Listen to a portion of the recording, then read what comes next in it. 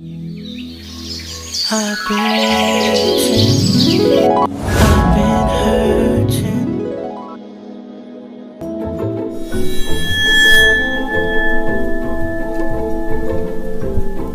Ito po ay kauna-una po nating video. Hinggil pa rin po sa pagbibigay ng mga mahalagang healthy tips po na kung saan kakailanganin natin, kakailanganin ng inyong mga mahal sa buhay. Mangyari po lamang po mga kaibigan at tumutok po tayo, tandaan po natin yung mga health tips. Unang-una pa sa mga dalubhasa, sa mga healthy tips. Kung kaya po ay pwede po natin ibahagi para naman po sa ganon ay makinabang po tayong lahat at ang inyong mga mahal sa buhay.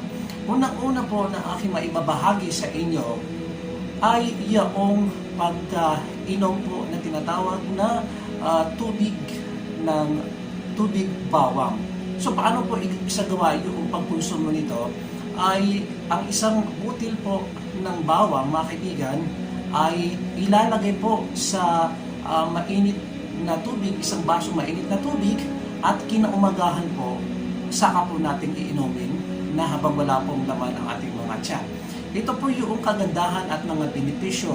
Ito po yung mga kagandahan at mga benepisyo na ating matatamo kung ating regular na iinumin ang tubig bawang. Ulitin po natin, regular po ang pag-iinom nito kung kinakailangan natin, kung gusto po natin matunghayan o magkaroon ng mga benepisyo nito. Una, ay napapanatili at malinis po ang ating mga kidneys.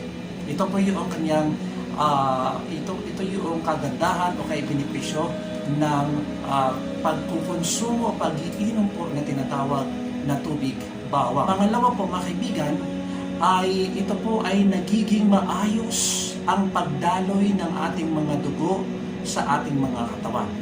Ito po ay nababatay po sa pag-aaral ng mga pharmacist mula sa King Khalid University na ito po ay na-stabilize ng pagkonsumo o kaya ay pag-inom ng bawang, tubig bawang ang ang pressure po ng ating mga dugo.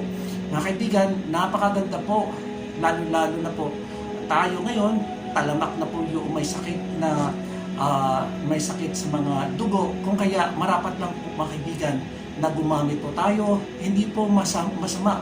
Wala pong mawawala. At the same time, ay napakamura po na gamutan to. Kaysa uminom po tayo na mga nabibili po dito sa mga pharmacy na kung saan napakamahal na at mayroon pang side effect. Pangatlo po mga kaibigan, ay ito po ay naaayos nito. Una, papangalagaan ito ang cholesterol po ng ating mga katawan. So, sa madaling sabi po, ito po ang pagkonsumo nito ng regular ay natuklasan ng mga dalubhasa mula sa Oxford University na napakadaling pababain, tandaan, napakadaling pababain ng bawang ang tinatawag na bad cholesterol sa ating mga katawan o tinatawag na LDL mula 10 to 15% kada konsumo po natin na tinatawag na bawang. Kung kaya po mga kaibigan, sa mga cholesterol dyan ay inoobliga po kayo na sundin ito. Wala pong masama na gawin po natin ito mga kaibigan na para naman po sa kabutihan ng ating kalusugan po at maging masaya po ang inyong mga pamilya. Pang-apat po mga kaibigan ay napapangalagaan ito ang inyong blood sugar. Kasama din po yun sa mga kapakinabanganan, kasama din to sa mga benepisyo ng pag-inom ng tinatawag na tubig bawang na napapangalagaan ito at ito ay napatunayan mula sa mga dalubhasa ng Queen's University na kung saan napapababa nito ang tinatawag na blood glucose level. At 40 pataas po, dito po nag-uumpisa. Actually, sa kapanahon na po natin ngayon, kahit na po yung 25 years old, ay meron na po silang tinatawag na diabetes. Kung kaya, ito po ay nire-recommenda ko po sa inyo na hindi po masama na gumamit po tayo dito, gawin po natin itong home remedy na kung saan natural po na walang side effect. Mga kaibigan, Ang kasama po dito, panglima, ay ang mapagpapanatili nito ang matatag ng inyong mga buto. So sa makatwid, ang pagkonsumo po dito sa bawang na to ay napapanatili niyang matatag ang mga buto ng inyong mga katawan. Kung kaya't ay lalo-lalo na sa panahon ngayon, siguro ay talamak po sa mga nagkakasakit po sa buong mundo ay may mga sakit sa tinatawag na mga joint pain o kasukasuhan.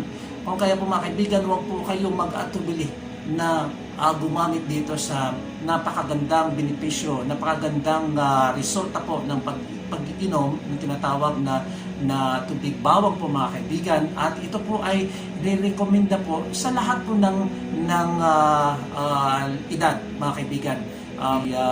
Matanda, binata, babae, ay wala pong masama na uminom dito sapagkat ito po ay natural po mga kaibigan. Kasama din po pang-anim na kagandahan ng tinatawag na pag-inom nito ay napapalinaw nito ang inyong mga paningin. Kung kaya tayo katulad ko ay kapag tayo po gusto po natin na maging malinaw ang ating paningin, ay marapat po lamang sa atin na magkonsumo, gumamit, uminom na tinatawag po na tubig bawang o kaya ay bawang.